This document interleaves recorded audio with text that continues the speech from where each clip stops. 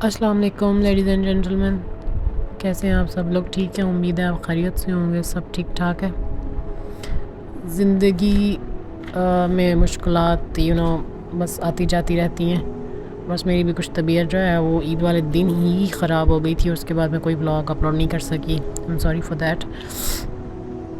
और आज मैं आपके लिए एक इंटरेस्टिंग सी स्टोरी के साथ व्लॉग लेके आई हूँ। आई होप कि आपको अच्छा लगेगा, और हो सके तो हमारे चैनल को लाइक कर दीजिएगा, सब्सक्राइब कीजिएगा।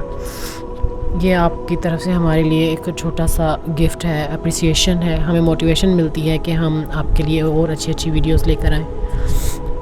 चलिए हम ज़्यादा टाइम वेस्ट नहीं करते हैं आपका, और अपना आज का व्लॉग जो है वो स्टार्ट करते हैं। ये एक कहानी है एक लड़के की कि इसने अपनी पूरी ज़िंदगी ईमानदारी से गुजारी, लेकिन लालच के एक लम्हे ने सब कुछ बदल दिया। इन पुरस्रार बोरियों में आखिर क्या था, और कौन सी हैरानकुन सच्चाई थी जो इसे बहुत देर से पता चली। आप यकीन नहीं करेंगे कि इसने कितनी कीमती चीज़ खो दी। एक लड़का सेठ जी के यहाँ नौकरी करता था। सेठ ने किसी बात पर गुस्सा होकर उसको काम से निकाल दिया। अब वो लड़का जो है वो बेरोज़गार हो चुका था, और वो बहुत उदास था, वो परेशान हो गया था, क्योंकि उसके पास अब कोई रोज़गार नहीं था।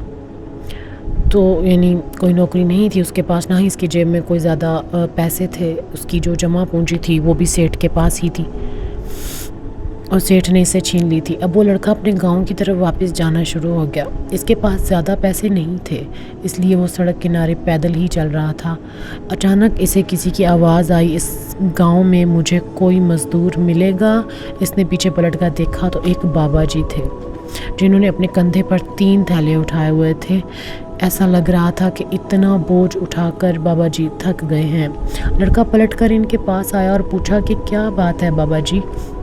तो बाबा जी ने कहा कि देखो बेटा, मेरे पास ये 3 थैले हैं, मैंने यहाँ से दूसरे गांव तक जाना है।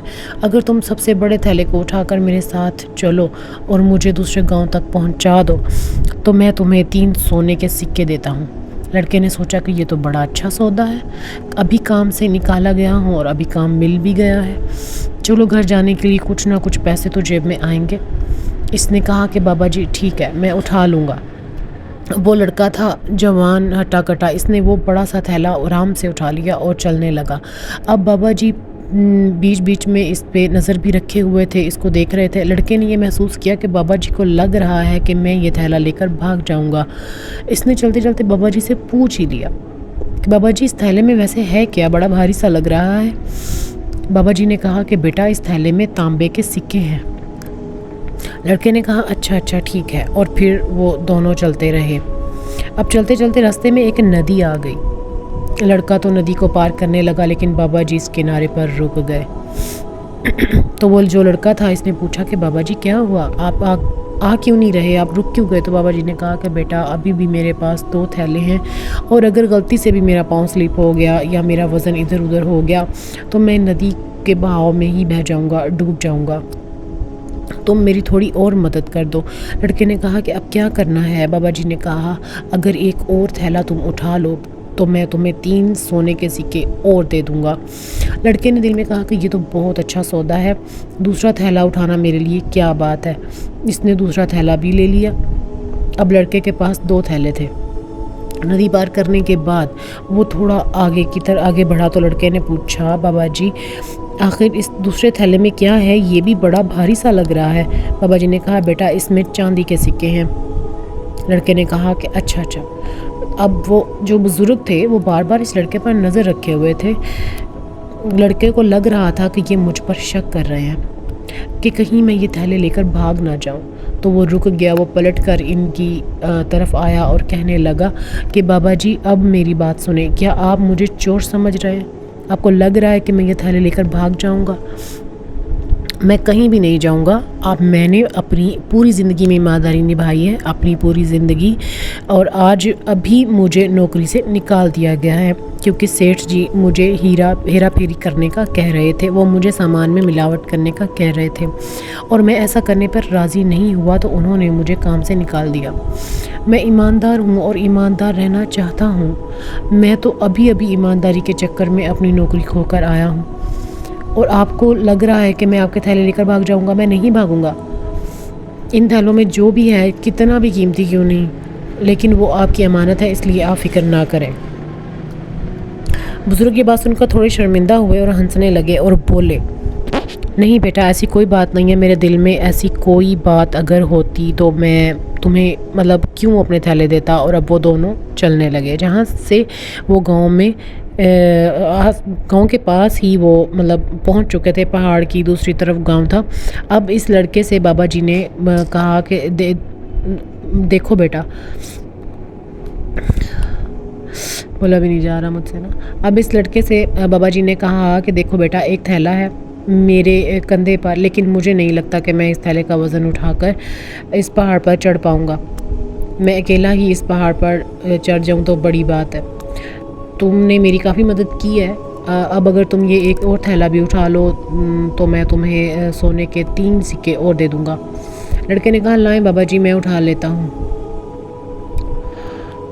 تو بس اب لڑکا چونکہ جوان تھا، وہ تیزی سے پہاڑ پر چڑھ رہا تھا اور بابا جی کی رفتار آہستہ تھی. لیکن بابا جی اسے کہتے جا رہے تھے، بیٹا تم چلو، میری وجہ سے آہستہ نہ ہو.